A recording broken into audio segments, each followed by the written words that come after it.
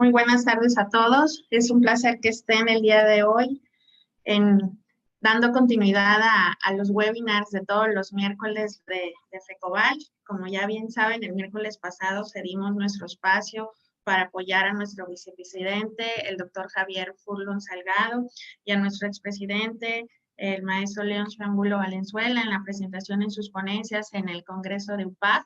Así que ahora retomamos nuestras pláticas, el compartir toda la información que tenemos para ustedes y que vamos recabando para poder llevar cada día actividades y compartir con ustedes noticias respecto a nuestra actividad diaria. Hoy nos vestimos de gala precisamente porque un miembro muy querido en nuestro consejo directivo nos viene a aportar un tema de suma importancia que yo creo que es el cojo diario de la mayoría de todos los evaluadores, que son los requerimientos para los avalúos de crédito garantizado a la vivienda. Entonces, pues sin más preámbulo, vamos a iniciar nuestro webinar, no sin antes recordarles las reglas de operación. Por favor, traten de tener sus cámaras apagadas para tener un mejor desarrollo de ancho de banda. Si tienen alguna pregunta, por favor, la pueden escribir en el chat y en el momento indicado ya se las haremos llegar a la ponente, a la maestra Claudia Morán Nolasco, para que ella dé respuesta a todas sus inquietudes. Y muchas gracias a todos los compañeros que nos siguen desde el Facebook. Estaremos igual al pendiente por cualquier duda que tengan por ahí, que nos quieran escribir a través de ese medio. Y nuevamente damos la bienvenida a todos los evaluadores del país que nos siguen todos los miércoles y que están aquí con nosotros, a todos los compañeros de Latinoamérica que ya son miembros honorarios de FECOBAL. Igual, muchísimas gracias por acompañarnos. Asimismo, a todos los presidentes de los diferentes colegios de evaluación que integran esta Federación de Colegios de Evaluadores. Voy a ceder entonces los micrófonos a nuestro presidente, el arquitecto Gustavo Alfonso Reyes Ayat, para que dé la bienvenida a este webinar, así como su inauguración. Adelante, presidente. Gracias, Dulce. Buenos días a todos, mis estimados amigos, compañeros, evaluadores que nos siguen los miércoles aquí dentro de nuestro país, Centro y Sudamérica. Muchísimas gracias por tomarse este tiempo para compartirlo con nosotros en estos interesantes temas que diseñamos para ustedes. Hoy, con muchísima importancia dentro del ámbito de nuestra profesión, dado que, pues yo creo, no sé si me equivoco al decir que al menos el 50% de los evaluadores en México vivimos del servicio a las instituciones que otorgan crédito garantizado para los avalúos de crédito garantizado a la vivienda, aunque no es el total del hacer del evaluador en México, sí es de fundamental importancia esta parte que está íntimamente relacionada con las instituciones de crédito de nuestro país y de las instituciones que otorgan servicios también a los trabajadores, como es el caso del Infonavit o el Fobiste. Dentro de este tema es importante destacar que en México las normas, las reglas para los avalúos de crédito garantizado a la vivienda se aplican a todos los inmuebles que tienen que ver con el otorgamiento de un crédito. Esto quiere decir que es un apartado especial diferente al ámbito evaluatorio en general. En la mayoría de los países de Latinoamérica no es así, pero en nuestro país el crédito garantizado a la vivienda está establecido con normas con normas específicas que establece la Sociedad Hipotecaria Federal, que es el organismo que nos norma a los evaluadores en estas disciplinas. Pero para mayor información y quien domina perfectamente bien este tema es nuestra querida compañera del Consejo Técnico, la arquitecta Claudia Morán Nolasco, a quien cedemos los micrófonos y les dejamos en buenísimas manos. Un abrazo a todos y nos vemos pronto. Muchísimas gracias, presidente. Y bueno, antes de dar los micrófonos a nuestra compañera Claudia Morán. Me voy a permitir compartir con ustedes una breve reseña de lo que es su experiencia profesional. Ella es arquitecto de profesión con la especialidad en evaluación con orientación en negocios en marcha y de inmuebles agropecuarios, así también con la maestría en evaluación. Claudia es originaria de Córdoba, Veracruz, es evaluador profesional, controlador y gerente en la unidad Evaluación Organizada, SADCB, donde labora desde el año 2004 a la fecha.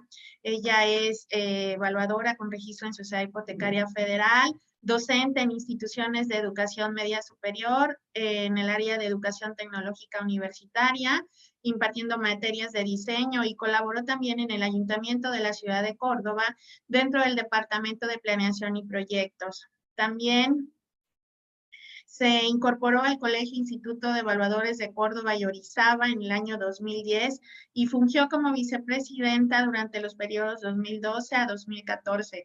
Fue presidenta del Consejo Directivo del Cibacore en los periodos de 2014 a 2016, 2016, 2018, 2018, 2019. Es socio activo y actual presidente de la Junta de Honor de esta misma institución. Ha recibido ya también el premio Agustín Martínez Torres por parte de la Federación de Colegios de Evaluadores, reconocimiento que le otorga su colegio en el año 2018, y asimismo es miembro del Consejo Directivo de esta administración 2020-2021 con el puesto de segundo secretario suplente. Entonces, pues vamos a ceder los micrófonos a nuestra compañera Claudia para que nos comparta su experiencia en todo lo relacionado a los créditos garantizados a la vivienda. Adelante, Claudia, estás en tu casa. Gracias, Dulce. Buenas tardes a todos. Dio tiempo de que nos recibiera la marimba también por aquí en Córdoba. Y bueno, vamos a entrar en materia.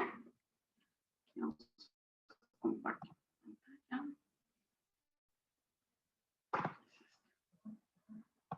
Bien.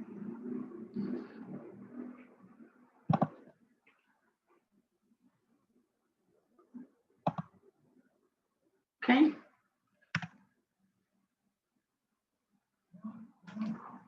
¿Se ve claro y se escucha bien? Muy bien, Claudia. Sí. Ok, gracias. Nuestro tema es muy amplio, como mencionaba nuestro presidente, y vamos a tratar de empezar de lo general a lo particular, una introducción y fundamentos legales, toda la normativa, todo el aspecto del marco conceptual, y llegar al final a los requerimientos que necesita un inmueble para hacer garantía de crédito a la vivienda. Todo el proceso, un poco de estadísticas sobre financiamiento evaluador respecto al inmueble, tanto externo como interno, y algunos lineamientos particulares de las entidades financieras.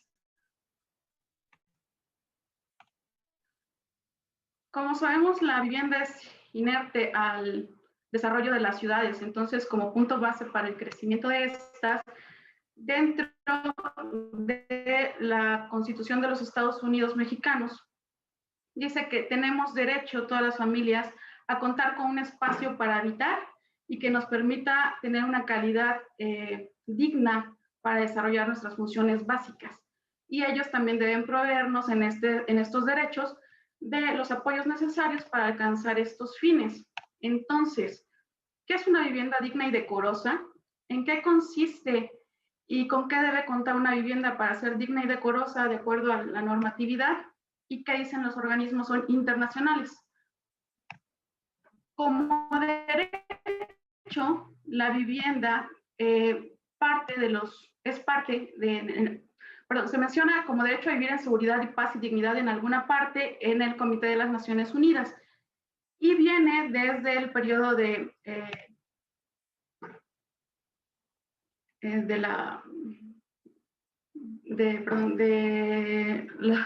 los derechos humanos en Francia, y la OMS también da unas directrices encaminadas a que tengamos salud y todos los espacios, a que reduzcamos el estrés y cada vez todos los proyectos de sostenibilidad cumplan con algunos requisitos. En este aspecto, México, a través de ONU Habitat, estima que al menos el 38% de la población en México habita en una vivienda no adecuada, es decir, en condiciones de hacinamiento, hechas con algunos materiales no duraderos o que carecen de algunos servicios como infraestructura básica, agua o luz y drenaje. Los 7 puntos que ONU establece para considerar la infraestructura de la vivienda como adecuada son seguridad de la tenencia, disponibilidad de servicios y sus materiales, obviamente, que garanticen una buena calidad, la asequibilidad, habitabilidad, accesibilidad al inmueble, una buena ubicación y también adecuados de manera cultural. Respecto a vivienda digna en México,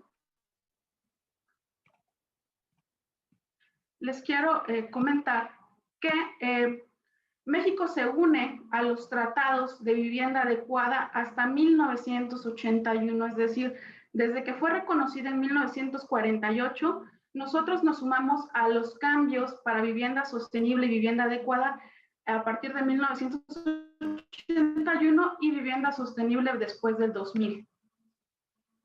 En esta revisión, no me dejarán mentir que México durante la segunda mitad del siglo XX experimentó un proceso de urbanización muy acelerado.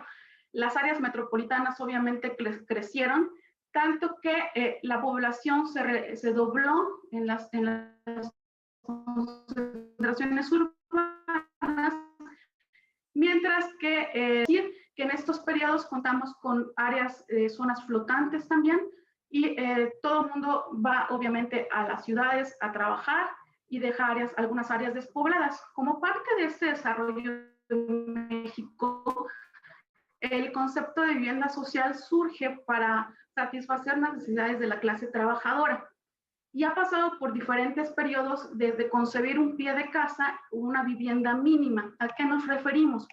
Rápidamente, vemos en este cronograma del libro La vivienda social en México, del maestro Javier Sánchez Corral, cómo a partir de 1917 en la Constitución Política se menciona el derecho de vivienda y en 1929 hay un primer concurso de vivienda obrera en la Ciudad de México.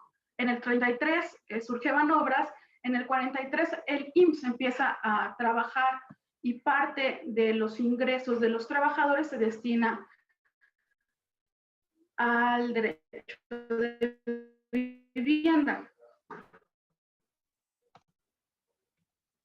En el 72 que surge el Infonavit, en el 74 surge el ISSSTE y son de los principales intermediarios financieros para el crédito garantizado. En 1981 FONAPO, principalmente para desarrollos habitacionales, y después de esta época, bueno, vienen algunas de las desarrolladores y constructores, y a partir de 2001, con los cambios que se implementan en México, FOBI se convierte en Sociedad Hipotecaria Federal. ¿A qué nos referimos con Sociedad Hipotecaria Federal? Bueno, en este tema son quienes establecen la metodología que vamos a seguir para crédito garantizado a la vivienda. Hipoteca Verde en 2009 y así llegamos a todos los lineamientos que tenemos actualmente. En estas imágenes traemos el promedio de superficie de vivienda desde 1930, que eran 44 metros, en el 80 el promedio en 58 y a 2010 48.8.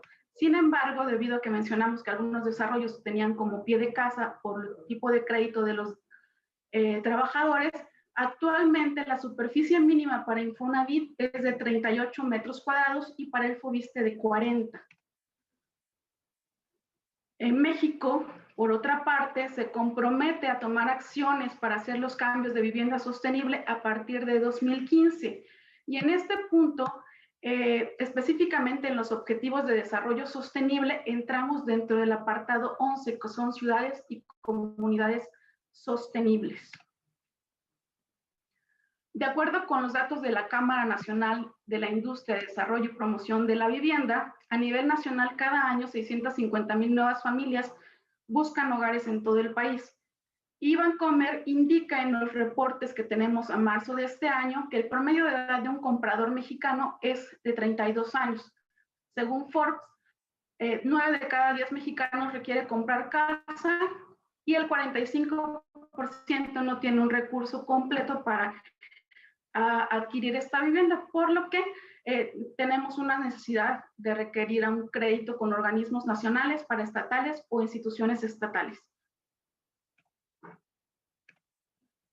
Estas tablas son de marzo 2020 y más adelante en el reporte actual les vamos a mostrar el número de financiamientos realizados a julio 2021. ¿Cómo estábamos a marzo, antes de la contingencia? Bueno, se esperaba una disminución en la proyección de la demanda de vivienda explicada por varios factores. De acuerdo con la Secretaría de Hacienda, bueno, el crecimiento del PIB para el año 2020 era del 2%, lo cual refleja que este año continuaría con una desaceleración económica. ¿Qué ha pasado en el mercado? Lo vamos a referir en los financiamientos.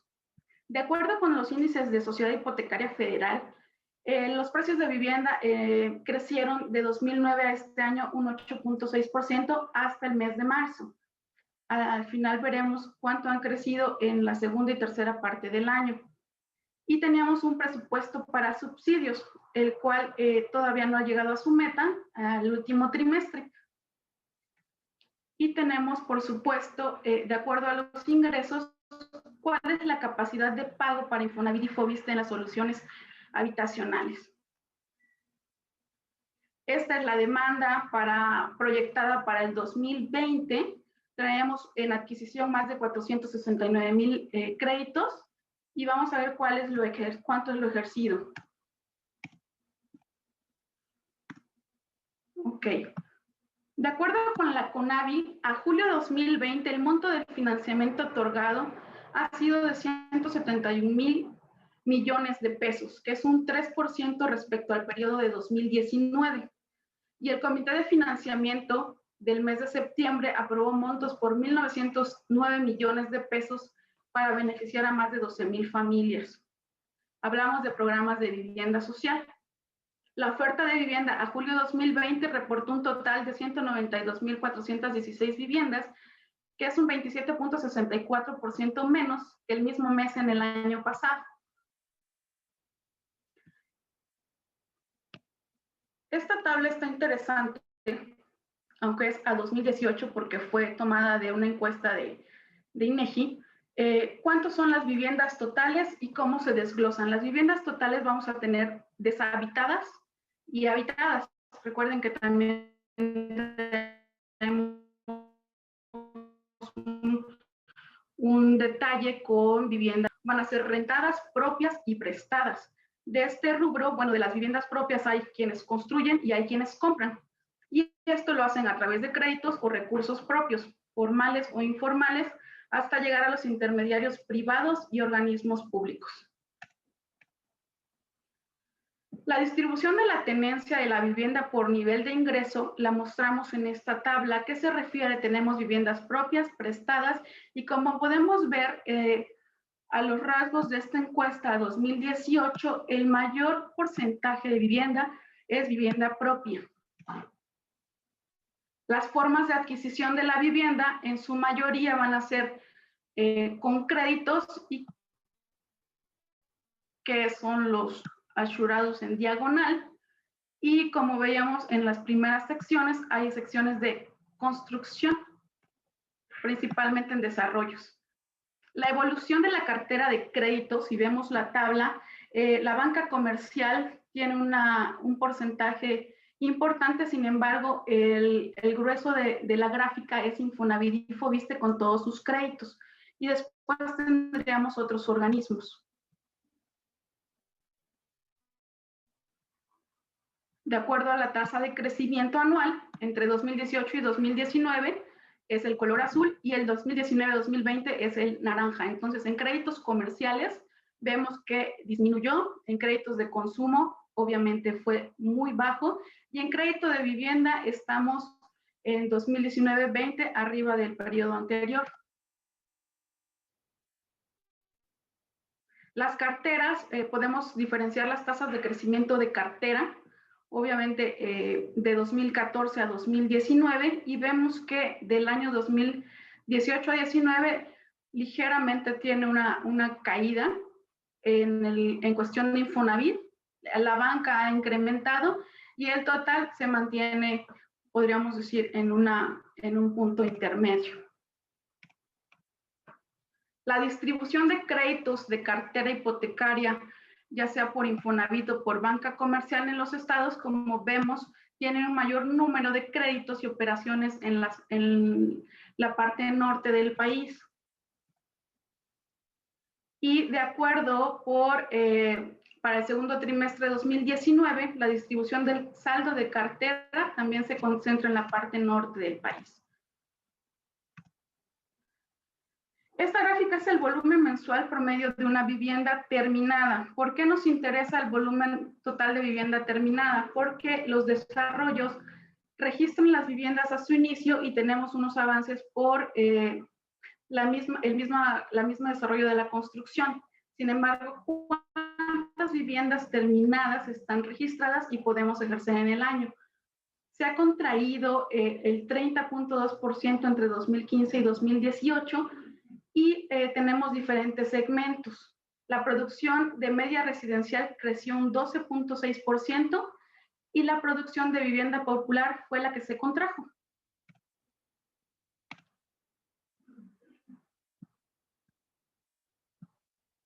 Okay. Esos son los créditos otorgados por Infonavit por región.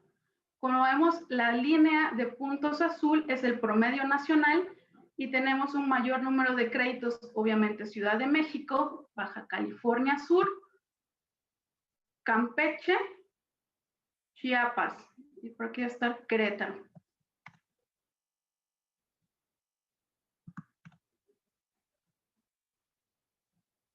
Son los precios de la vivienda de acuerdo a la tasa de crecimiento anual. Y en esta tenemos la distribución nacional por entidad federativa. Obviamente Ciudad de México está fuera del resto de la República y el crecimiento también lo vemos en Querétaro.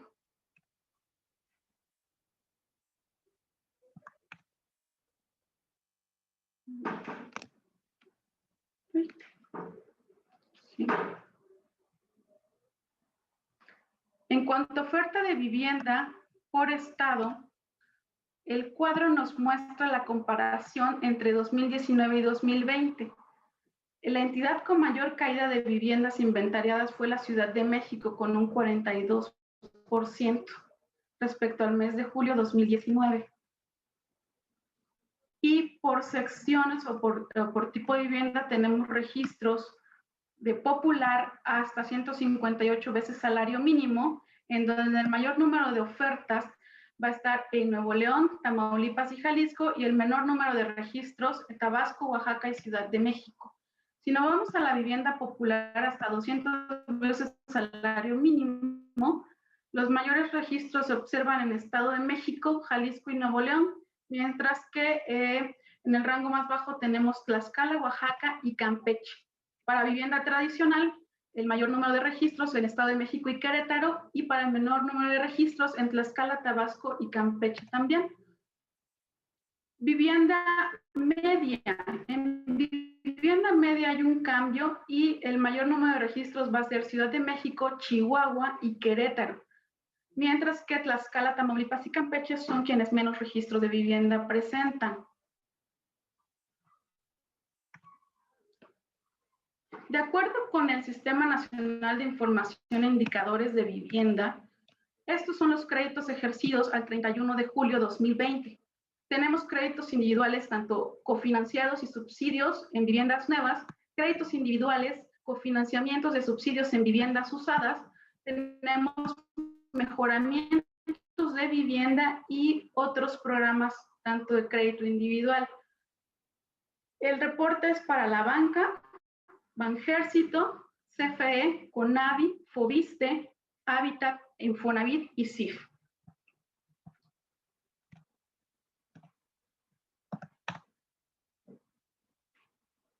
¿Qué dice CONAVI respecto a su avance mensual en la meta? Bueno, como vemos el indicador, vamos ya en el mes de octubre en un 26.46% de la colocación que se tenía programada.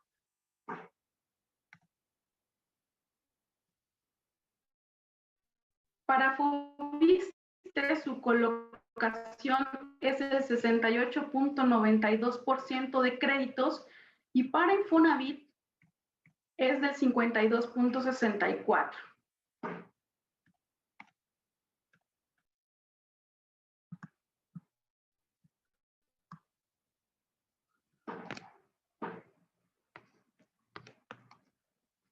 Okay.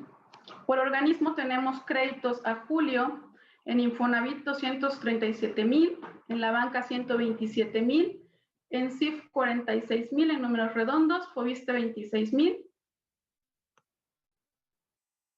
Y por modalidad, el mayor porcentaje va a ser en vivienda de mejoramiento y posteriormente vivienda nueva.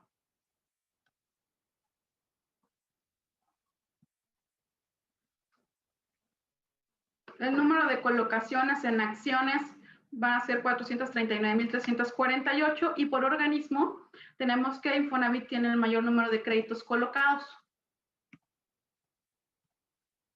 Por tipo de crédito tenemos con financiamientos y subsidios y créditos individuales. La mayor parte, como hemos estado viendo, se refleja en Infonavit y en FOBISTE.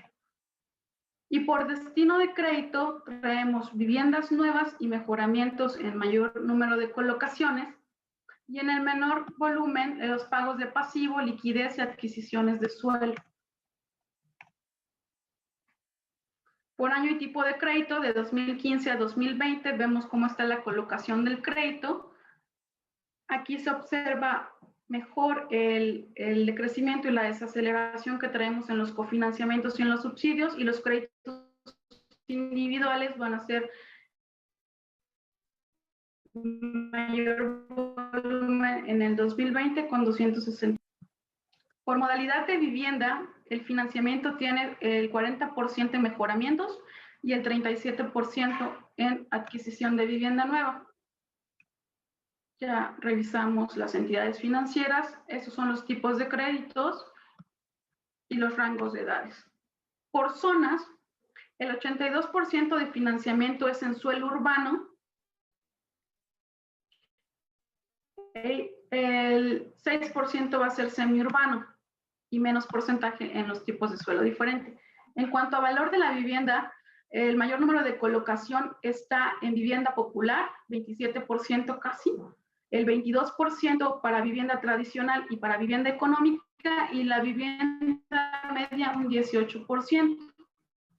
Por destinos de crédito, el mayor volumen son viviendas nuevas y viviendas con mejoramiento. En cuanto al marco normativo, obviamente después de la Constitución tenemos la Ley de Vivienda, principalmente los artículos 2 y 4, el Programa Nacional de Vivienda 2019-2024, la Ley de Transparencia y Fomento a la Competencia en el Crédito Garantizado, la normativa de Sociedad Hipotecaria Federal, normativas de otras dependencias en el caso de otros servicios, y las normativas, obviamente, de las entidades otorgantes de crédito, como Infonavit, FOBISTE, los reglamentos y programas de operación, entre otros.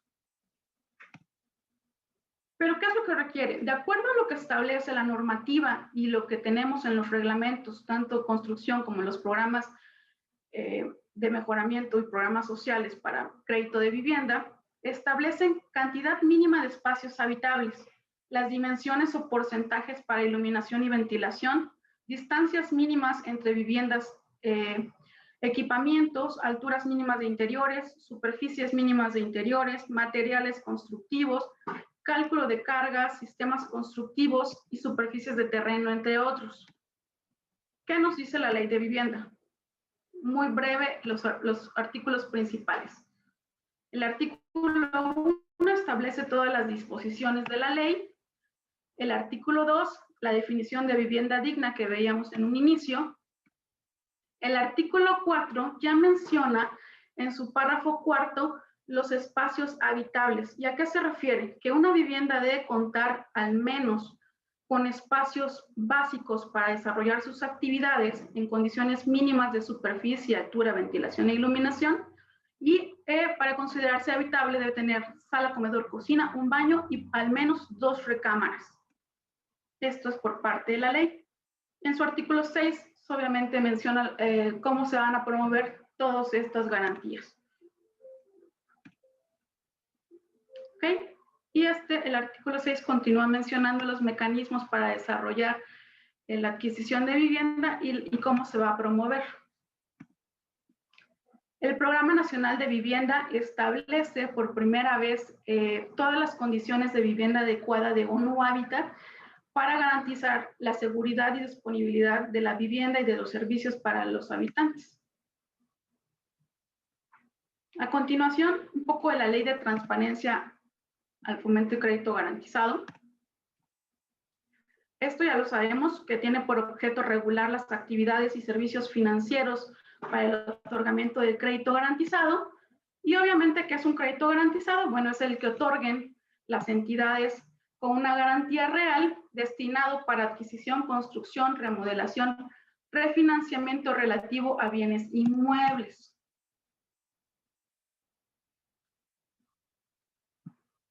Y las entidades obviamente van a ser las empresas mercantiles que directamente o a través de una figura jurídica dediquen habitualmente el otorgamiento del crédito.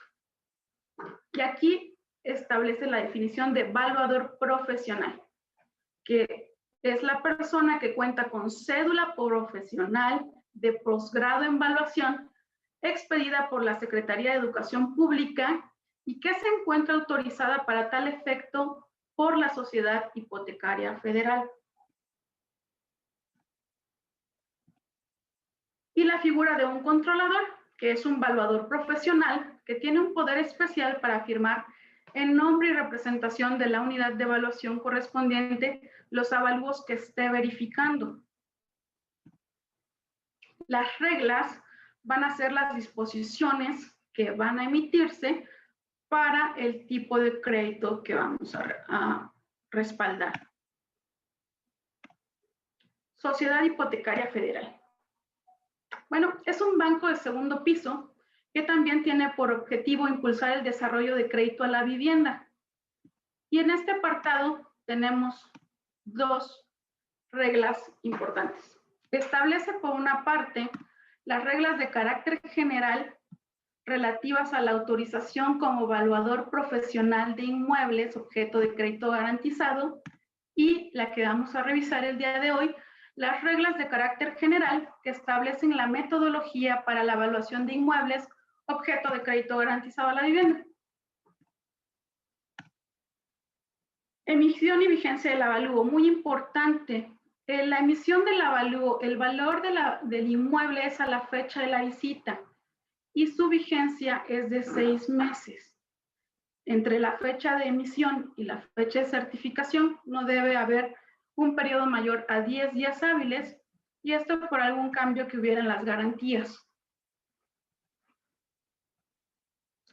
La 27ª es la que establece la estructura y conformación del avalúo, el formato que está vigente por Sociedad Hipotecaria Federal. Y en cuanto a evaluación de inmuebles, aquí estamos nosotros. ¿Con quién interactuamos? Con los tipos de clientes, iniciativa privada, instituciones privadas o particulares. Hay diferentes tipos de avalúos, inmuebles, agropecuarios, maquinaria de equipo, industriales. Hemos estado revisando algunos en nuestras webinars.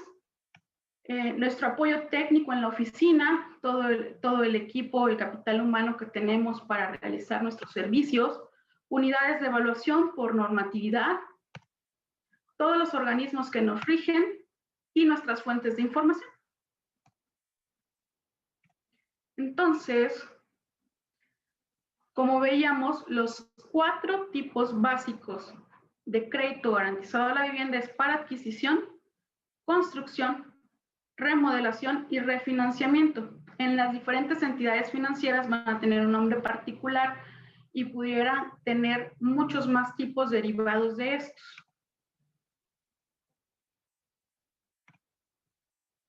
¿Qué factores influyen en el valor de un inmueble? Internos, como sabemos, su tipo, los acabados, obsolescencias que pudiéramos detectar, instalaciones y la edad. Y dentro de los factores externos, perdón, me falta estado de conservación. Dentro de los externos, obviamente, localización, localización y localización. Entorno, obsolescencias técnicas, proximidad urbana, zona y vías de acceso. Estas imágenes me gustan mucho porque, antes de que pasemos al texto, podemos ver, ¿qué decíamos? La fecha del avalúo es la de la visita del inmueble. ¿Por qué? Porque el inmueble puede estar en unas condiciones y haber fenómenos que cambien nuestro valor, inundaciones, sismos o alguno de estos. O bien, tenemos un inmueble, hacemos un avalúo y 3 meses después, bueno, nos alcanzan los Walmart, algunos negocios, algún otro tipo de servicios que pueden dar plusvalía o pueden hacer no tan deseable nuestro inmueble. Hablamos de principios de progresión o principios de regresión y obviamente, bueno, la ubicación de la garantía si está en zonas de riesgo o alguna servidumbre que sea federal, de paso o de otro tipo.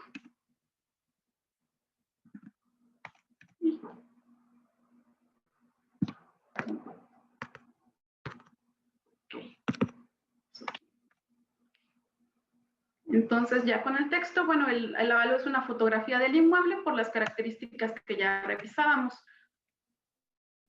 El avalúo inmobiliario como tal es el dictamen que elaboren los peritos valuadores sobre el valor de los inmuebles y que está certificado por la unidad de evaluación, en cuyo padrón se encuentra inscrito el valuador correspondiente, el responsable de hacer la visita y de firmar el avalúo que está realizando. Entonces el avalúo va a ser, no me gusta decir determinar, más bien en el avalúo plasmamos una estimación del valor comercial de una vivienda en pesos mexicanos referidos a una fecha específica que es la de la visita, tomando en cuenta las consideraciones físicas y urbanas del inmueble, su ubicación, precios de mercado y en algunos casos la capitalización por rentas. Todo obviamente elaborado por un valuador profesional. Y en este punto, nada más quiero revisar con ustedes de manera rápida y gráfica el proceso de inspección, porque es muy importante. Del proceso de inspección del inmueble vamos a obtener 3 principales resultados. Y de este se derivan muchos de los campos que establece el formato vigente. Todas las características físicas, todas las características del entorno y obviamente nuestro reporte fotográfico.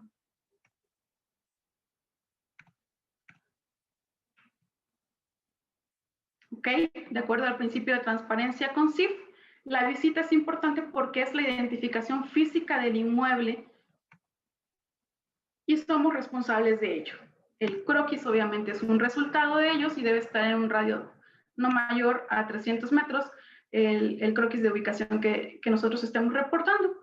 Y como les mencionaba, el reporte fotográfico. En la visita vamos a identificar las características de la vivienda, su clase, calidad del proyecto y de las construcciones, su estado de conservación, todas las restricciones que hubiera en la zona, nos referimos a servidumbres, a condiciones físicas, nos referimos a colindancias, particularidades que hubiera, si está en andador, si está en esquina, si cuenta con servicios o no.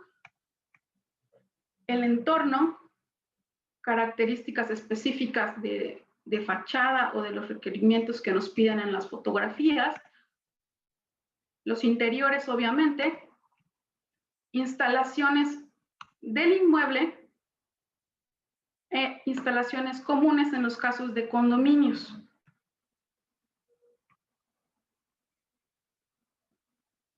¿Sí? Requerimientos que debe cumplir una vivienda.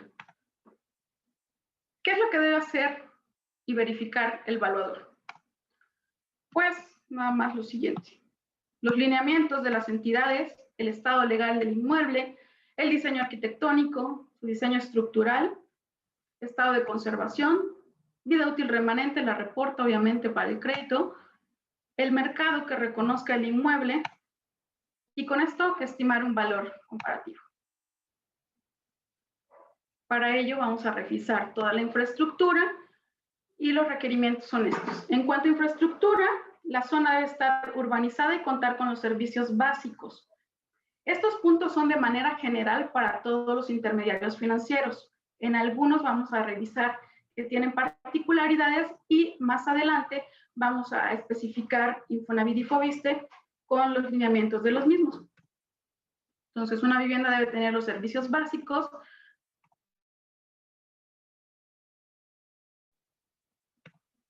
debe respetar las restricciones si estuviera colindante con depósitos de combustibles o con algunas líneas de alta tensión como de CFE. Y en este punto debemos conocer las distancias mínimas a cada una de estas restricciones, pues en su caso el servicio no sería garantía para el crédito. Obviamente, si colindamos con ríos o lagunas, bueno, debemos cumplir con las zonas federales existentes y todo lo que mencione la normatividad. El acceso a la planta baja debe estar sobre el nivel de la banqueta y debe ser de uso habitacional exclusivamente.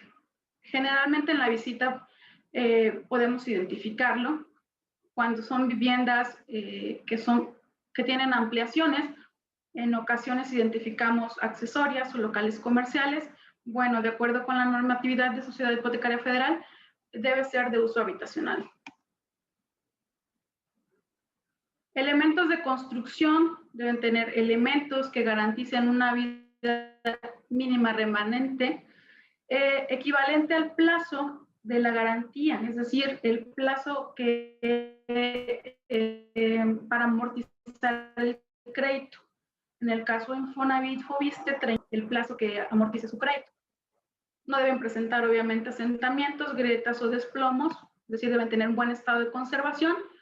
Y cuando los techos sean con lámina o vigas de madera u otros materiales, van a ser aceptados siempre y cuando cumplan con los reglamentos de construcción vigente y la vida útil, remanente garantice la amortización del crédito.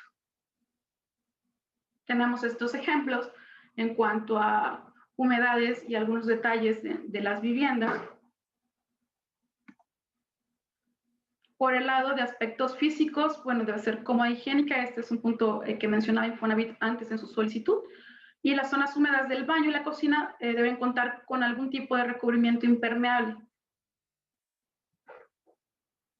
Superficie mínima, como ya la mencionamos, para Infonavit es de 38 metros y para Foviste es de 40. En otros intermediarios no tienen establecido una superficie mínima. Y el grado de terminación de obra, tanto para Infonavit como para Foviste, debe ser 100% habitable. En algunas instituciones bancarias, cuando es un cofinanciamiento o un cofiste, nos piden respetar todos los lineamientos de Infonavit y de Foviste, y existen excepciones siempre y cuando la vivienda contara con un grado de habitabilidad, podrían autorizarlo. El proyecto arquitectónico es un tema interesante. La mayoría de los evaluadores son arquitectos o ingenieros. Y lo que mencionan la normativa respecto al proyecto es que debe ser funcional y presentar las soluciones constructivas que garanticen la ventilación e iluminación del inmueble y permitan el desarrollo de las actividades básicas de sus habitantes. Entonces, sí es un tema muy interesante porque encontramos diversos tipos de proyectos, sobre todo cuando son viviendas ampliadas, y también el número de unidades rentables. Esta imagen la presentaban en Infonavit en un anexo. Actualmente ese anexo, que también era para vivienda usada, ya no funciona. Sin embargo, algunas instituciones bancarias sí establecen ejemplos para identificar 2 o más unidades rentables o un inmueble susceptible a ser arrendado en 2 o más unidades. En el material, bueno, se les va a dar los ejemplos. Aquí tenemos más. Establecen también algunas dimensiones mínimas para la segunda unidad y las condiciones, obviamente, de los accesos. Por tanto, son causas de rechazo los inmuebles que se encuentran inconclusos o no habitables, ubicados en zonas que carecen de infraestructura urbana básica, como agua, energía eléctrica y drenaje, salvo algunas zonas del país, por ejemplo, en Yucatán, que el drenaje obviamente es a través de fosa séptica, en algunas zonas de Campeche. También son rechazos los inmuebles de baja calidad tecnológica o procedimientos constructivos, como revisábamos, la presencia de vicios o fallas graves en la construcción, la ubicación del inmueble en zonas riesgosas por factores tectónicos, topográficos, zonas peligrosas por suelos indeseables, inmuebles con uso distinto al habitacional, inmuebles que presentan situaciones jurídicas no convenientes y los inmuebles que tienen 2 o más unidades rentables.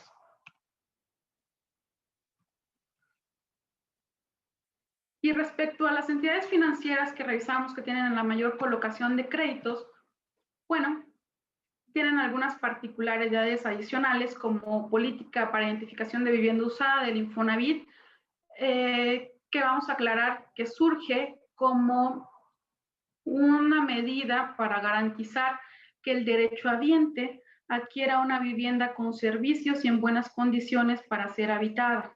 Ese es el principal objetivo, ya que algunas viviendas nuevas que no eran registradas, bueno, estaban construidas en zonas donde no garantizaban los servicios para los derechohabientes y derivaba de consecuencias importantes tanto para el derechohabiente como para la sociedad, pues tenemos viviendas abandonadas por algunas situaciones de este tipo.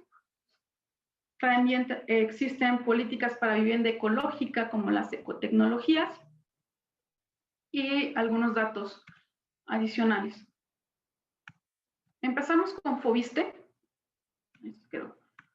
Okay. El Foviste está revisando los servicios y tenemos que dentro de su anexo 5 establece que una vivienda debe contar con la infraestructura adecuada. Es decir, un servicio va a avanzar en su proceso si cuenta con esta infraestructura, si el proyecto es funcional y su vida útil remanente es mayor a 30 años. En el sistema de Foviste va a entrar en automático en revisión si el inmueble tiene una infraestructura 2 o no tiene alguno de los servicios básicos. La superficie de terreno es 3 veces mayor que la superficie de construcción, o bien si el valor unitario de mercado está fuera del rango comparativo con la calidad del inmueble y lo que hubiera de respaldo en la zona. Y definitivamente los servicios para Foviste no avanzan cuando no cuenta con los servicios básicos o el nivel de infraestructura es 1, el proyecto es no funcional, la vida útil remanente es menor de 30 años, no está 100% terminada o presenta una recámara. Y otros puntos, bueno, su estado de conservación debe ser adecuado. Para el caso de Infonavit,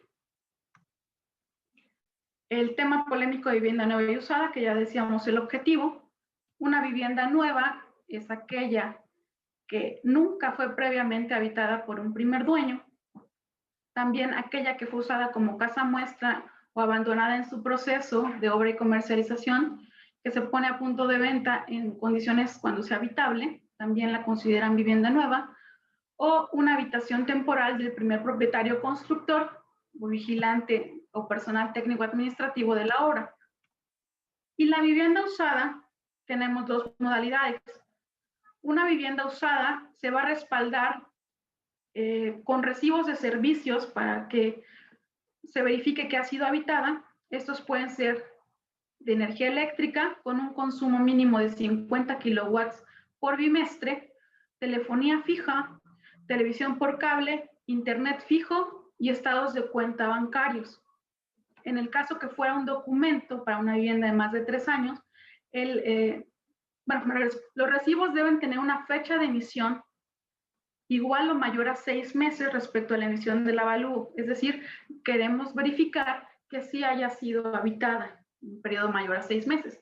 Y en el caso de que el respaldo para considerar la vivienda sea usada, es un documento, principalmente en la escritura, que esté manifestada la construcción, un aviso de terminación de obra, constancia de habitabilidad en algunos otros estados, o una constancia de antigüedad. ¿A qué nos referimos con antigüedad? Una cédula catastral, boleta predial o algún antecedente de escritura.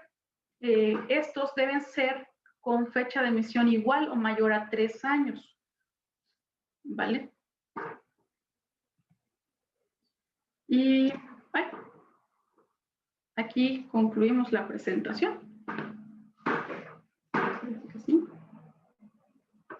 Sí.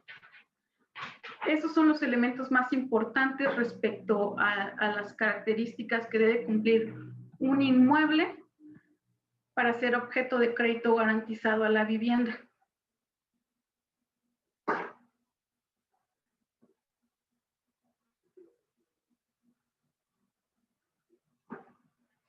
Si tienen alguna pregunta, podemos verificar cualquier punto que nos comenten. Sí, Clau, muchísimas gracias. A ver, por ahí había una duda de que si puedes repetir, por favor, la superficie mínima habitable para cada tipo de institución. Ok. Para el caso de Infonavit, la superficie mínima, de acuerdo a la resolución RCA, es 38 metros cuadrados y para el Fobiste son 40 metros cuadrados.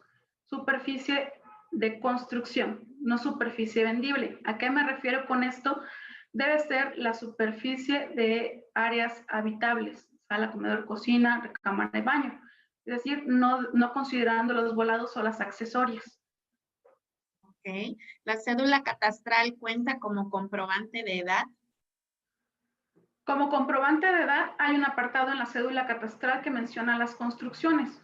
Como comprobante para vivienda usada, siempre y cuando la fecha de emisión sea igual o mayor a 3 años respecto a la emisión del avalúo. Ok. Si es reciente, no. Si es reciente, solamente podría respaldar la edad. Sí. Sí.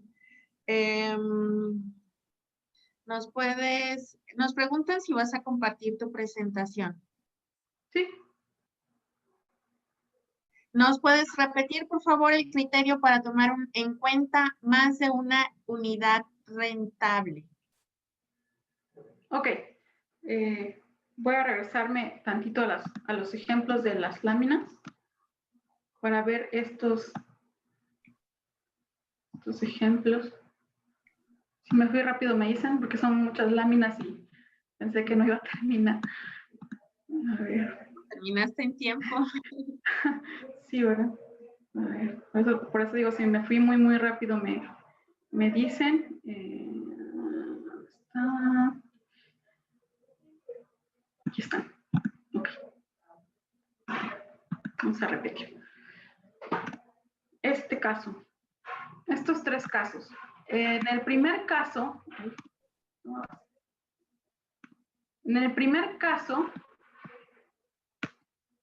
es un ejemplo con acceso directo a calle, aunque bueno, aquí en el croquis no se aprecia el acceso directo a calle. Tenemos un área en color rojo que tiene el acceso independiente de la vivienda. Es decir, de la calle puedo acceder a esa área sin cruzar el área habitable. ¿Okay? Lo puedo arrendar de manera independiente o puedo tener una accesoria como una tiendita, un local comercial de manera independiente del inmueble. En el segundo caso, que es muy similar, solamente menciona que tenemos un área abierta, un área descubierta o un área vestibular para dar acceso a las dos secciones, a las dos unidades, y también pues se consideran susceptibles de arrendarse de manera independiente. Tú puedes arrendar para un estudiante o arrendar para un comercio. Obviamente, para esas condiciones deberías tener por lo menos un baño completo o un medio baño en el caso de áreas comerciales. El tercer ejemplo es un acceso franco, es decir, de la calle tienes acceso a la vivienda y tienes un acceso independiente sin cruzar la vivienda a una construcción ubicada en la parte posterior. Cada caso debe ser analizado de manera muy particular porque vamos a encontrar, no es una regla que estos son los ejemplos para considerarlo como tal, sino ya una vez en revisión. El ejemplo es muy esquemático, no traemos medidas, no tenemos distribuciones ni los usos, ¿no? Entonces, en este caso, por ejemplo, en vivienda de calidad media es común que las áreas de servicio estén independientes del núcleo base y no por eso se va a arrendar de manera independiente. Por eso es importante revisarlo en particular. Y en los otros tres casos que teníamos en los ejemplos, otra vez, son dos núcleos independientes con un acceso franco y hay un baño de uso común o un baño exterior. En algunos casos, puedes arrendar dos, podríamos decir,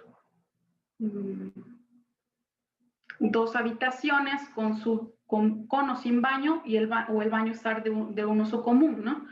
Importante número de medidores y todas las situaciones que nos lleven a revisar que son dos o más unidades rentables, obviamente. Y en el quinto caso, bueno, esto sí se ha revisado con algunos intermediarios financieros de manera muy precisa. Tenemos construcciones independientes con un acceso a través de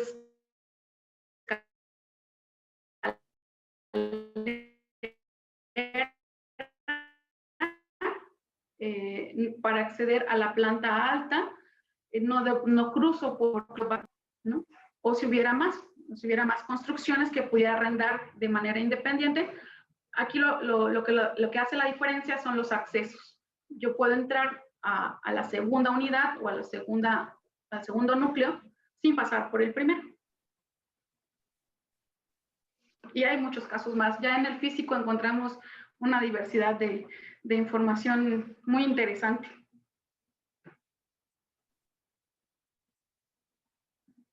Sí, nos preguntan, Claudia, y solo si tienen un medidor, aunque se presenten casos de distribución arquitectónica como los que estás presentando, no necesariamente es más de una unidad rentable o sí se toma como una unidad rentable adicional, aunque nada más tenga un medidor. Ok, si solo hay un medidor, debemos revisar el proyecto, todas las condiciones que mencionábamos previamente, y en crédito garantizado, importante, en el caso del mercado abierto, tú hablas con el cliente y vas a ser un consultor, un apoyo importante porque no tienen toda la información. Nosotros somos el experto, nos están contratando para darles esa asesoría o ese servicio. Más bien la asesoría va de la mano con el servicio y tú debes de presentarle la información de por qué se puede considerar con base en la normatividad que está estableciendo ese intermediario financiero, de las condiciones que pueden pasar y sobre todo, obviamente, si él decide continuar, el avalúo debe llevar absolutamente todas las notas correspondientes al respecto y el intermediario financiero decidir si toma la garantía o no. En el caso de créditos con entidades financieras, hablamos de bancos, el reporte de incidencia sabemos que es muy importante y el evaluador debe hacer un reporte de incidencia posterior a la visita con los elementos que consideran las políticas del negocio, las políticas de ese cliente que es el banco, para que sea el negocio quien te diga si esa garantía la puede considerar o no de acuerdo a lo que ellos tienen. Por ejemplo, algunos bancos tienen excepciones para 2 o más unidades rentables habitacionales. Entonces tú haces tu report, el avalúo lo podrías hacer de cualquier manera, pero aquí la ética del evaluador y el compromiso es con el cliente, ya sea el de mercado abierto o sea el del banco. Y nosotros vamos a reportar lo que existe. Entonces cuando hay de esto de por medio, el banco va a decidir, o por ejemplo el FOBISTE va a decidir, o el Infonavit va a decidir si esta garantía la va a tomar o no. Entonces, reportándolo adecuadamente, ya sea con el cliente o en el caso de los negocios, ellos nos dicen, ¿sabes qué? Esta garantía, si nos conviene, la ubicación es adecuada, yo ya hice mi investigación de mi cliente a su vez, y va para adelante, 2 o más unidades rentables habitacionales. En el caso de que sea un local comercial u otro uso, definitivamente no lo autorizan porque por normatividad de CIF no es adecuado ese inmueble. Ok, Claudia, nos están haciendo muchas preguntas, todas van relacionadas a la identificación o la clasificación que nosotros los operadores tenemos que hacer, vivienda nueva o vivienda usada. ¿En qué parte? ¿Pudieras hacernos una síntesis, por favor, de exclusivamente para vivienda usada, en qué procedimiento aplica ante los lineamientos, ya sea Infonavit, FOBISTE, en este caso, que son los más representativos para este crédito, sobre todo en nuestra actividad, y cuáles son los requisitos? Por ejemplo, hay muchas dudas con los compañeros que están escribiendo respecto a que si el consumo mínimo, que si de plano tú sabes que la vivienda es usada, se ve por sus características, por sus acabados, sin embargo, no tiene manifestación, no tiene documentos actualizados, digamos que su construcción se hizo de manera de un sistema de autoconstrucción, perdón por la redundancia. Entonces, ¿cómo poder hacer para poder acreditarla, o si es o no realmente factible de este tipo de créditos? ¿Con qué sustentar el uso de? También nos preguntan o hacen énfasis en que si los recibos de luz tienen que estar a nombre de otra persona, o tiene que ser necesariamente del propietario actual de la vivienda, del que está vendiendo, o en su caso también nos están preguntando si el tiempo de transcurrida una operación de la vivienda es menor a 18 meses y ya ahí se tuvo que vender 2 o 3 veces, ya se considera usada o no. Ese tipo de situaciones y casos especiales. ¿Qué nos puedes compartir respecto a tu experiencia, Claudia? Claro, como mencionabas, es el pan todos los días y este es un tema muy interesante. Importante, 3 situaciones. La primera, la edad del inmueble es independiente de la clasificación de nueva y usada, ¿sale? El análisis que va a realizar el profesional, el evaluador profesional, respecto al valor es independiente de la clasificación de nueva y usada. La clasificación de nueva y usada es administrativa para las entidades financieras. ¿A qué me refiero? Faltó aquí, sí, cierto, faltó el FOBISTE en cuanto a nueva y usada. En el caso de Infonavit,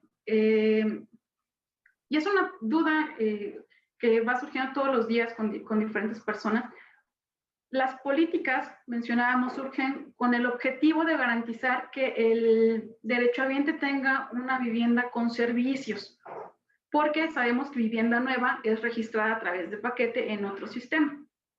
Entonces, en el caso de Infonavit, para considerar que la vivienda administrativamente es usada, porque así el término usada es, en este caso para Infonavit, de acuerdo a su política. Esta política la podemos descargar directo de la página del Infonavit y viene ampliamente detallado esta información que sintetizamos.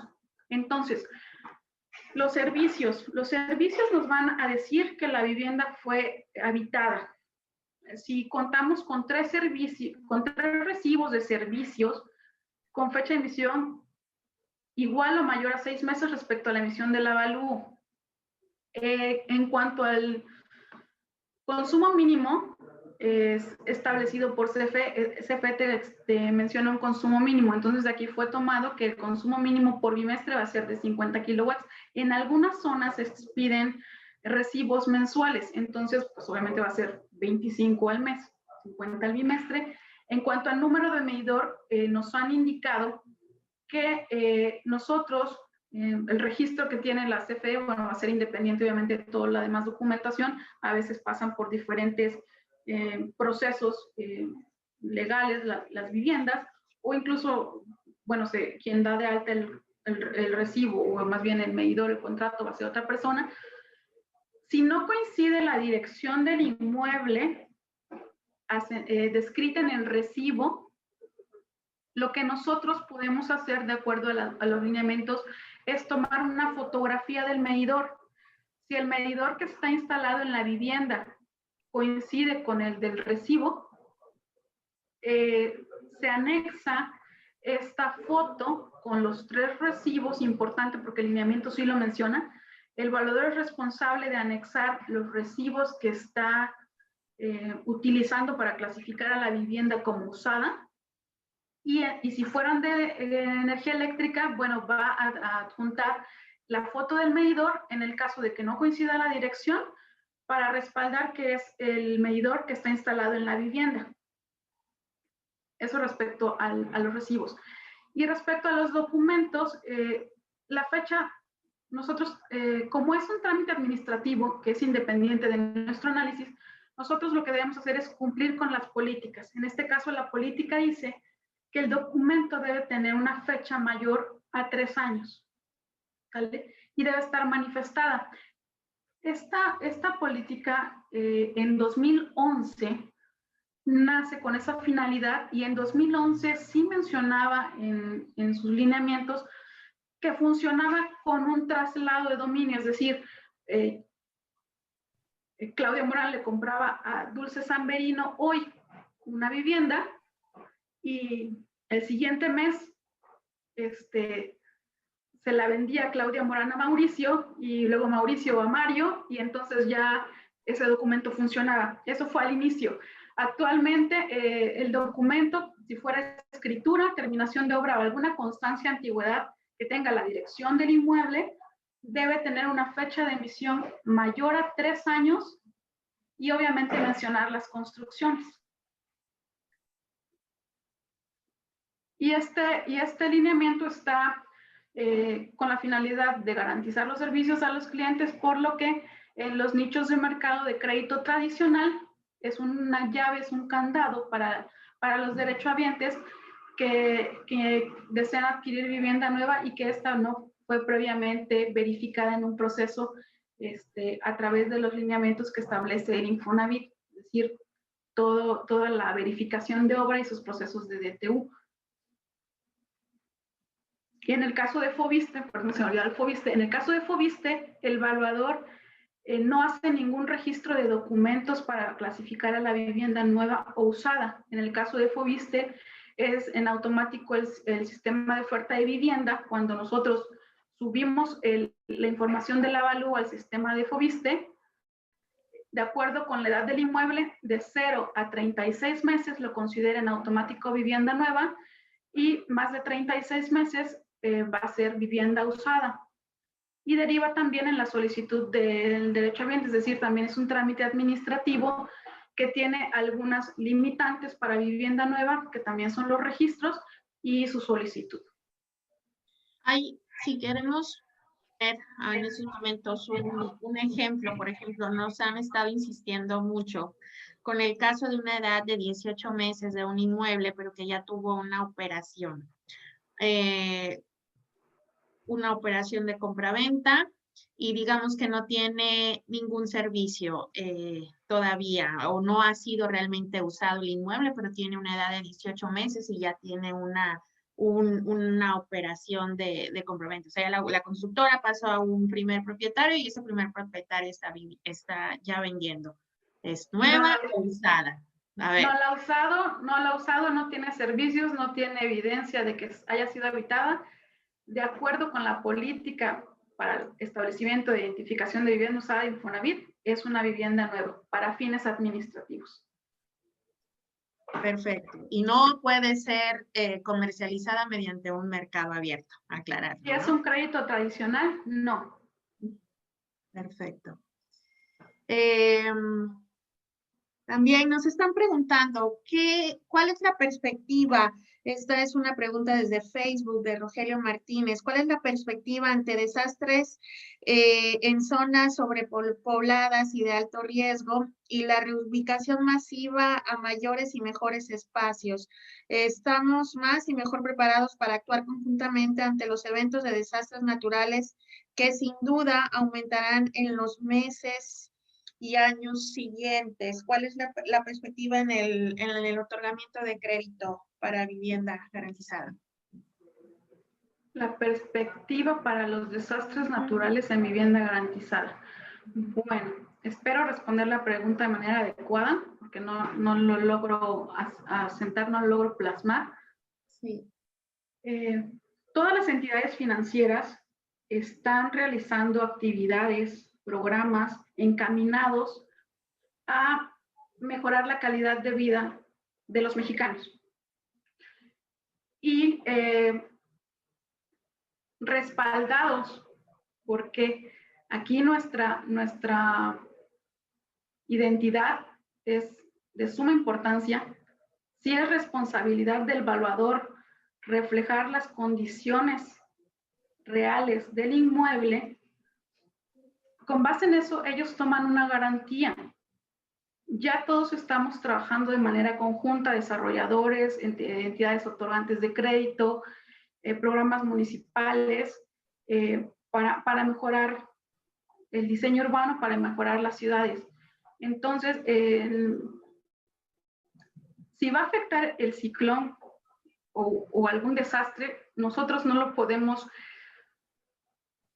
no tenemos elementos para saber a qué grado nos va a afectar, ¿vale? En Ciudad de México, ante los sismos, por ejemplo, obviamente se ha trabajado en mejores materiales, en mejores condiciones y tenemos muchos edificios inteligentes ya. Hablamos de diferentes tipos de construcción. ¿Cuál es la perspectiva? Bueno, todo está encaminado hacia un mejor desarrollo. ¿Y con qué podemos trabajar? Haciendo las cosas bien. Es decir, todos trabajando de manera comprometida, todos trabajando, haciendo cada quien bien su trabajo. No es solo colocación de créditos, que quede muy importante. Y no hablo solamente de los desastres naturales, hablo en general de todo. A veces el cliente siempre va a querer un trabajo rápido y barato, o bueno y barato, o rápido y bueno.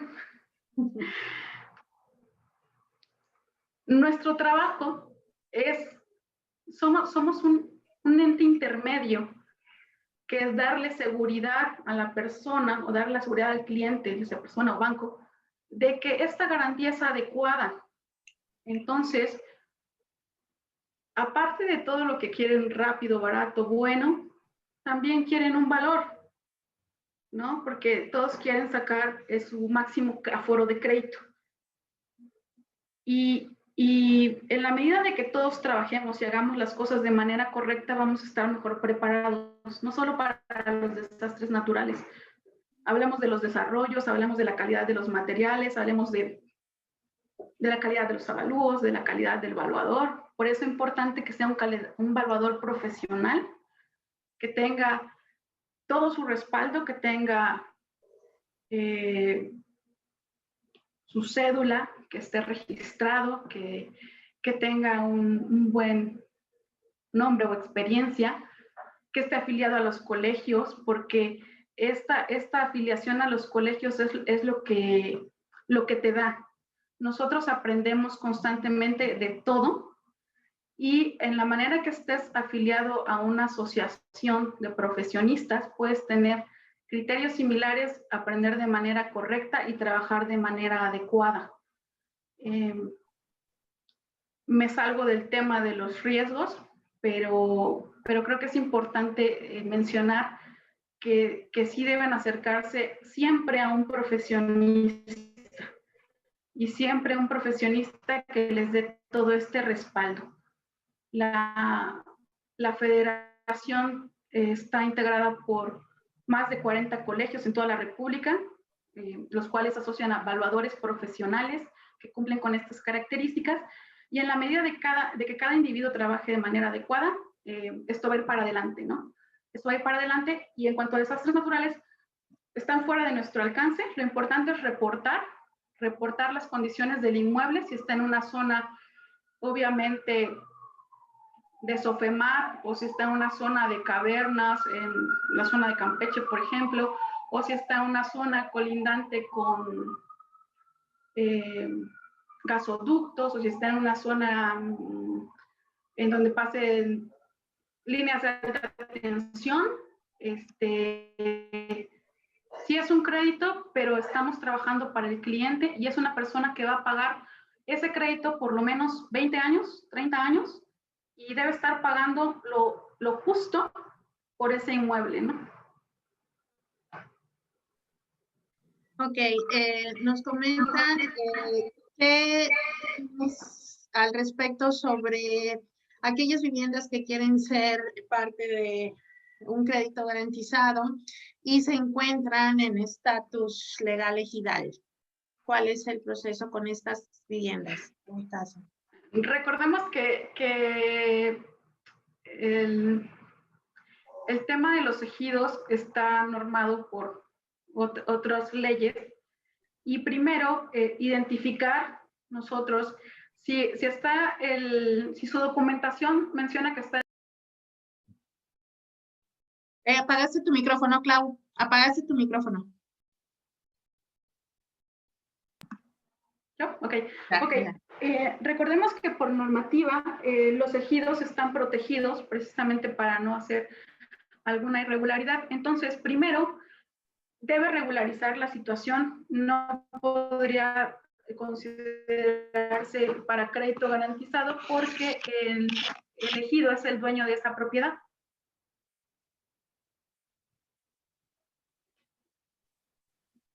Ok.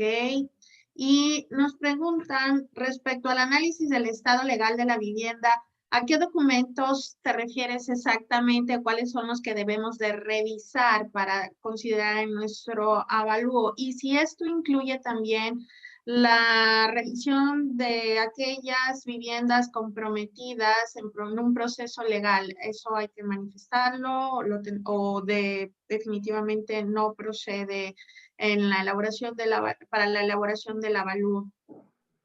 Ok. De acuerdo con Sociedad Hipotecaria Federal, hay una lista de documentos básicos, y esta va a ser la escritura, boleta predial, el servicio de agua, bueno, no entra en esta respuesta, pero es el servicio de agua, y el estatus nosotros lo revisamos en la escritura. Importante verificar la escritura, que tenga sus sellos, que tenga sus firmas, y aquí podemos revisar obviamente el registro, que está inscrita en primera sección, en segunda sección, su certificado de libertad de gravamen y sus condiciones. Si detectáramos que existe alguna diferencia, ya sea física o documental, respecto a lo que se verifica del inmueble, se tiene que reportar. Es decir, que no cumpla con... Generalmente nos han tocado servicios que tienen menor superficie o mayor superficie. ¿A qué nos referimos? Menor superficie porque fue invadida, mayor superficie porque son esquinas o porque son parte de cambios urbanísticos y ganaron terreno en las vialidades y todas están alineadas. Podemos pedir documentación adicional. ¿A qué nos referimos? Si se encuentran estas diferencias, bueno, hay deslindes municipales, existe alineamiento y número oficial para el dato de las distancias a la esquina. Si la documentación, por ejemplo, dice que es el lote 10 y vemos el plano y está a 25 metros y físicamente nosotros identificamos que está a 30, bueno, en algunas situaciones pudieran haberse recorrido en la lotificación los inmuebles, señalarlo primero con el cliente y pedirle la documentación correspondiente para respaldar ese servicio que sea el que estamos nosotros verificando. Y en el caso de superficies, bueno, el deslinde municipal o algún plano catastral, obviamente con sus sellos. Y siempre, si existe alguna diferencia, referida en el avalúo, que se recomienda la regularización de este servicio cuando no sea mayor la diferencia del 10% entre una y otra, que se puede realizar al momento de la escrituración de compra-venta, o en el caso de crédito garantizado para los bancos, bueno, es el banco quien determina si va a solicitar algún documento adicional o ese inmueble no lo va a tomar en garantía precisamente porque tienen duda de su situación jurídica, ya sea por superficie o por propietarios, ¿no? Alguna sucesión testamentaria o algunas otras condiciones. Son muchos casos. Perfecto. ¿Cómo podemos protegernos como evaluadores cuando nos presentan documentos apócrifos o que tengan algún gravamen? Ok, si es gravamen, tenemos los datos del gravamen y están fuentes de consulta como el registro público de la propiedad, incluso para algunas otras situaciones. Si es un documento apócrifo, el evaluador es multidisciplinario, pero obviamente no está dentro de nuestro alcance saber si este documento es apócrifo o no.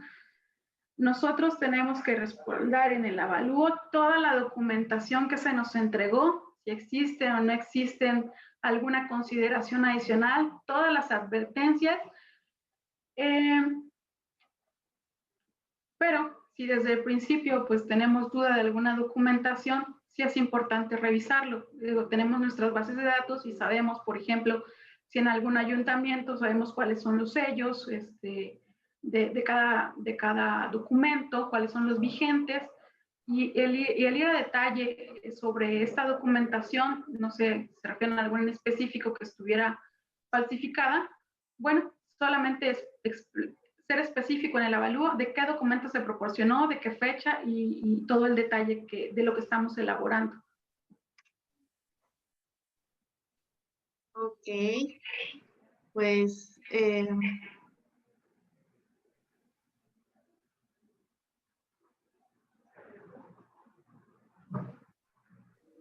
dice, cuando se evalúa una vivienda de crédito para remodelación, ¿es correcto concluir el valor del inmueble con el enfoque físico?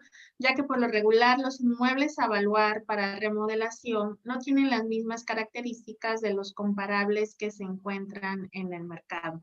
¿Qué nos comentas, Clau? Ok, remodelación. El valor del inmueble para créditos de remodelación se hace en su estado actual y generalmente concluimos con el valor de mercado.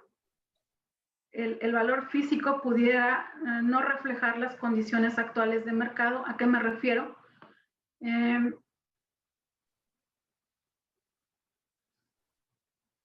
Por ejemplo, una inversión adicional en una obra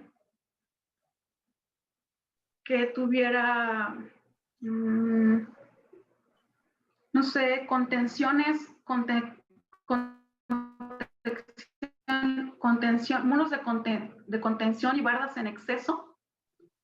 Si nosotros consideramos ese inmueble cualquiera que sea, pero tiene exceso de instalaciones y lo hacemos a un valor físico, no sería correcto porque en un mercado, si yo tengo un bien comparable en las mismas condiciones y con diferentes ofertas,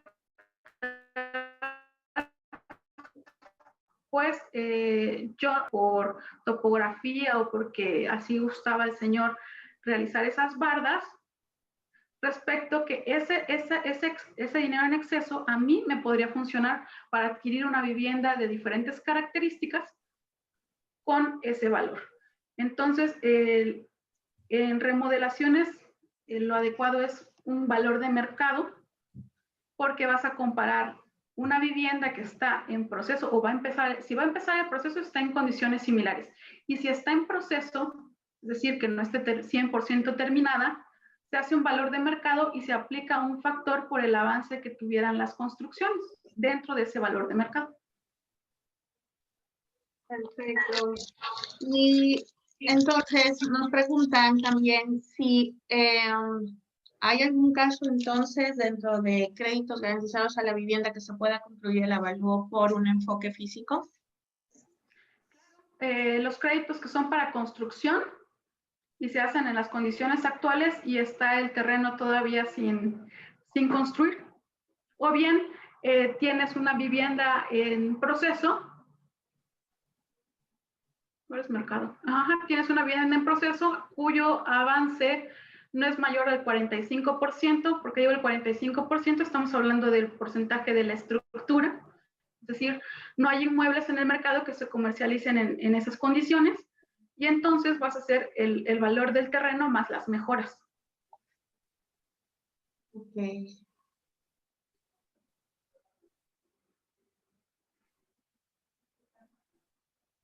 Bueno, nos preguntan también, ¿cuál es la opinión de que en la conclusión el enfoque físico esté por arriba del enfoque de mercado? Bueno, existe un principio de regresión, es lo que mencionábamos hace un momento, pudiera ser una vivienda que tuviera exceso de instalaciones, es decir, no sé, tomamos dos casas, por ejemplo,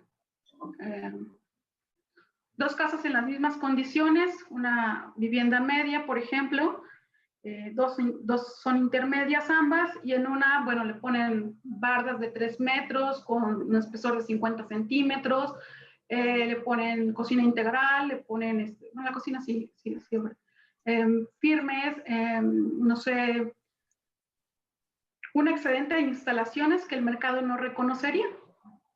Hablamos del principio de regresión. O bien, ¿qué otro caso pudiera ser? Ok, en los casos de vivienda de interés social, en donde llegamos y lo que hacemos es ampliar, hay una sobreconstrucción, volvemos una casa de interés social, una casa de interés media con acabados mucho mejores que una media, por ejemplo. Entonces tu valor unitario de mercado, tu valor unitario o tu costo, tu valor neto de reposición ya no va a ser el de una vivienda de interés social, vas a partir de una vivienda de interés social por la estructura, pero los acabados son de una vivienda de mejores condiciones. Entonces, si tienes una vivienda de mejores condiciones en una zona de interés social, tu valor físico va a ser más alto que el valor promedio de todo el resto de las demás viviendas. Y es probable que el mercado no te lo reconozca al 100%, porque hiciste, estás fuera de mercado.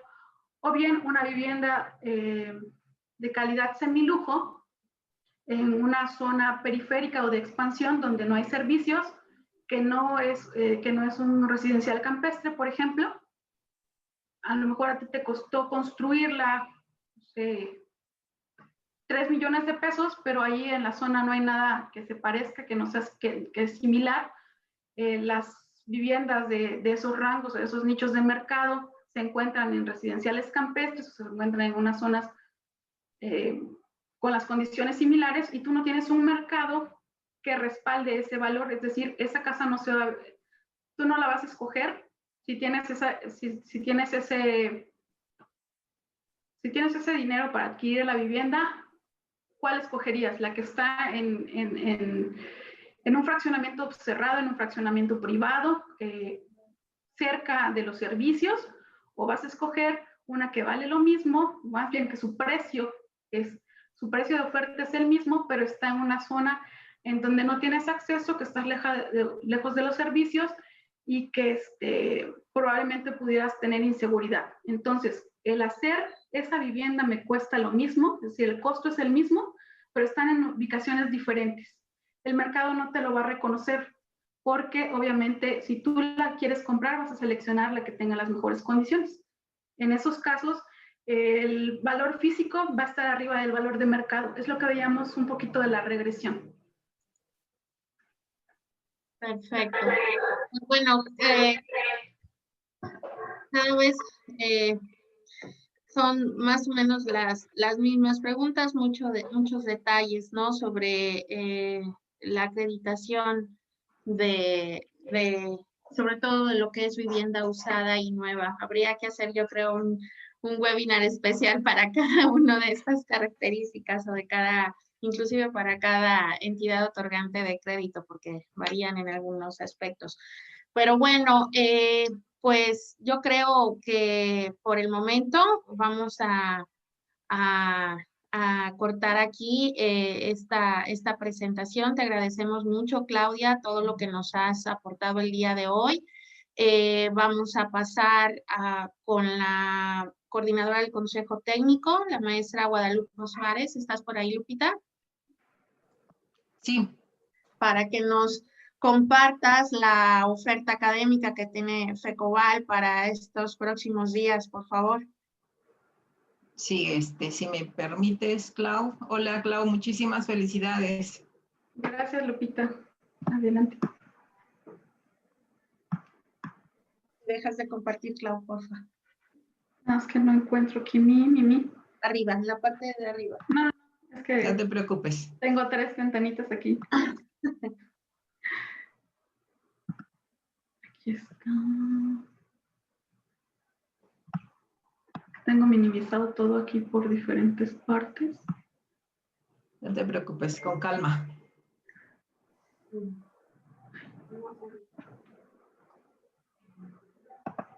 Bueno, adelantando. Ya lista, Lupita. Gracias.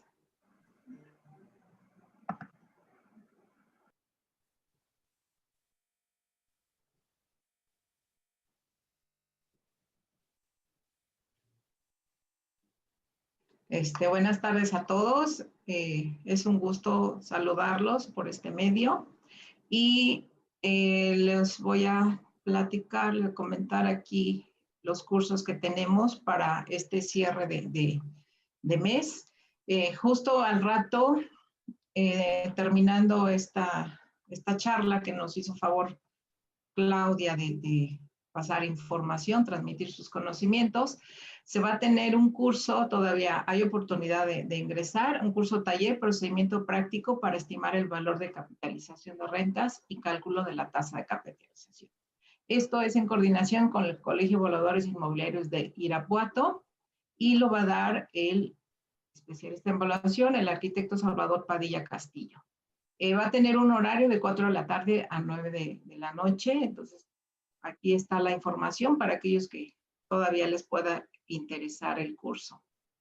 Para la siguiente semana, un curso con el Colegio de Profesionales del Estado de Sonora, COBAPROES, es el avalúo maestro para la liberación de derechos de vía o áreas afectadas por las obras de infraestructura. Este curso lo va a dar el ingeniero Armando Guerrero Soto, especialista en evaluación, y se va a llevar a cabo en las fechas del 4, 5 y 6 de noviembre, con un horario de 9 a 14 horas, hora del Pacífico, valor curricular de 15 horas. Aquí están los datos para aquellos que estén interesados. También aquí tenemos la publicidad para la especialidad que va a iniciar este fin de semana en coordinación con el Colegio de Evaluadores de Puebla y la Universidad Autónoma de Zacatecas, de evaluación de maquinaria y equipo. Aquí está la información, aunque se trae una fecha de inicio, se corrió y se va a iniciar este viernes. La misma especialidad, pero para el próximo mes, con el Colegio de Evaluadores de Yucatán, va a empezar el 13 de noviembre para aquellos que estén interesados. Recordando que estas especialidades ahorita con la modalidad va a ser de forma virtual. También aquí están la información para aquellos que estén interesados. Y vamos a mencionarles que se está preparando un taller para aquellos que son peritos del INDAVIN, un taller preparativo para el examen, para revalidar el registro. Este va a ser un taller que va a ser toda la semana del 23 al 27 de noviembre en un horario de 9 de la mañana a 19 horas. Va a ser gratis para aquellos evaluadores que pertenezcan a los colegios afiliados a la FECOBAL. Y aquellos que no pertenezcan a colegios afiliados a la FECOBAL va a tener un costo de 1,000 pesos. Cualquier información aquí a técnico@fecobal.org. También se tiene una liga de registro, la cual a partir del 1 de noviembre va a estar activa para aquellos que estén interesados. Por otro lado, pues tenemos aquí perdón, Dulce. No, sí, adelante. Continuamos con la venta del libro del maestro Leoncio Angulo. Se ha dado 3 cursos con muchísimo éxito. A alguien que no lo tenga, pues aquí se puede informar para poder adquirirlo. Y eso sería todo para la oferta académica que tenemos para el cierre de este mes. Muchísimas gracias. Muchísimas gracias a ti, Lupita. Y pues bueno, solo recordarles que esta presentación del día de hoy estará disponible en nuestro canal de YouTube de FECOBAL. Suscríbanse y ahí pueden ver todas los webinars con los que hemos contado a lo largo de todo este tiempo que ya tenemos participando con ustedes. Asimismo, si escriben un correo a secretario@fecobal.org, su servidora con mucho gusto les comparte un enlace donde pueden descargar todas los webinars y los materiales que nos han compartido nuestros diferentes invitados. Y con mucho gusto pueden tener acceso a toda esta información. Voy a ceder los micrófonos a nuestro presidente, el arquitecto Gustavo Reyes Ayar, para que nos complemente igual algo sobre la participación de FECOBAL en todo este trayecto de la elaboración de avalúos de crédito garantizado a la vivienda y lo que ha estado haciendo FECOBAL al respecto en favor de los evaluadores. Adelante, presidente. Gracias, Dulce. Pues retomando un poco el tema de que es inquietud para todos nosotros, los que trabajamos en avalúos de crédito garantizado a la vivienda, en donde la petición o el clamor de la gente es buscar la independencia del evaluador. Seguimos trabajando en la lucha de buscar esta independencia tan deseada, nada más que, como les comentaba yo en programas anteriores, pues todo no es tan simple como decir o como el querer trabajar por fuera de las unidades de evaluación, dado que hay una legislación de muchos años atrás, que es la Ley de Transparencia, que obliga a que todos los avalúos que son para crédito garantizado a la vivienda, necesariamente tienen que estar sujetos a la ley, a las normas que rige la Sociedad Hipotecaria Federal. Por lo tanto, es con esta instancia con la que hemos estado trabajando, pues si no para poder cambiar la ley en estos momentos, sí para mejorar las condiciones y mejorar las relaciones con las unidades de evaluación. Y como siempre les he dicho en todos los foros, no todas las unidades de evaluación son iguales. Hay unidades de evaluación que prestan un mejor servicio, unidades que tienen un mejor trato hacia nosotros los evaluadores, y son con estas unidades con las que debemos suscribir nuestros contratos. Y no dar fuerza a unidades que no respetan al evaluador y que no le dan, sobre todo, la credibilidad y la confiabilidad que merecemos. Hay unidades que incluso no pagan los honorarios o que nos deben 6, 7, 8 meses de avalúos. Eso no debe ser aceptado por ninguno de nosotros, y tenemos que, pues, no dar, el consejo es no trabajar con esas unidades que no reconocen nuestro trabajo, y sí trabajar con aquellas unidades, pues, que nos reconocen el esfuerzo. Por otro lado, pues estamos buscando dentro de FECOBAL las mejores condiciones las mejores relaciones con las instituciones que nos rigen, como es el caso de la Sociedad Hipotecaria Federal. Tenemos ya la promesa de los ejecutivos, los directivos de aquella asociación de trabajar junto con nosotros y pues seguiremos impulsando por el interés de los evaluadores de México. Muchísimas gracias a todos por su atención, por seguirnos cada miércoles y aquí les esperamos el próximo miércoles para otro webinar con algún tema de interés general. Muchísimas gracias y aquí les esperamos. De hecho, gracias, presidente. El próximo miércoles tendremos como invitado especial al ingeniero César Cantú. Él está a cargo de la Comisión de Relaciones Internacionales de este Consejo Directivo y nos estará compartiendo la importancia de las asociaciones internacionales de evaluación y tendremos como invitado especial al presidente de la Praisal Institute y al presidente del IRWA. Entonces tendremos igual casa de lujo ese día, invitados de lujos, donde nos estarán compartiendo el alcance y las expectativas con respecto a este tipo de asociaciones y la importancia de que FECOBAL también esté en colaboración con ellas. Eso será para el próximo miércoles 4 de noviembre, no se lo pierdan, en breve estaremos colocando en redes y en los diversos grupos el enlace correspondiente para que se registren y nos acompañen. Y pues bueno, repito nuevamente, el correo es secretario@fecobal.org, donde pueden solicitar el enlace para estas presentaciones que tenemos, que nos han compartido los diferentes invitados. También pueden consultar nuestro canal de YouTube, FECOBAL AC, así nos encuentran, y también nuestra página de Facebook, FECOBAL AC, con mucho gusto, ahí también se encuentran todos los videos como el día de hoy, todos los webinars guardados y pueden tener acceso. Agradecemos también la presencia de todos los compañeros evaluadores que nos siguen a través de las redes sociales, de Facebook Live. Es un placer que nos sintonicen y a todos los que están aquí el día de hoy, como todos los miércoles, acompañándonos y participándonos con todas sus aportaciones. Muchísimas gracias y nos vemos el próximo miércoles. Gracias, Claudia. Muchas felicidades por tu presentación. Gracias a ustedes y gracias a todo el equipo de FECOBAL por esta oportunidad y que siempre está colaborando. Aquí estamos todo el consejo directivo trabajando. Gracias, Gustavo. Nos vemos en la siguiente y gracias al equipo también aquí. Si no, no podríamos estar presentes. Así es, gracias por apoyar este proyecto, gracias a todos los que nos están saludando a través del chat. Realmente es un placer estar aquí todos los miércoles con ustedes y compartir algo de esta preciosa actividad.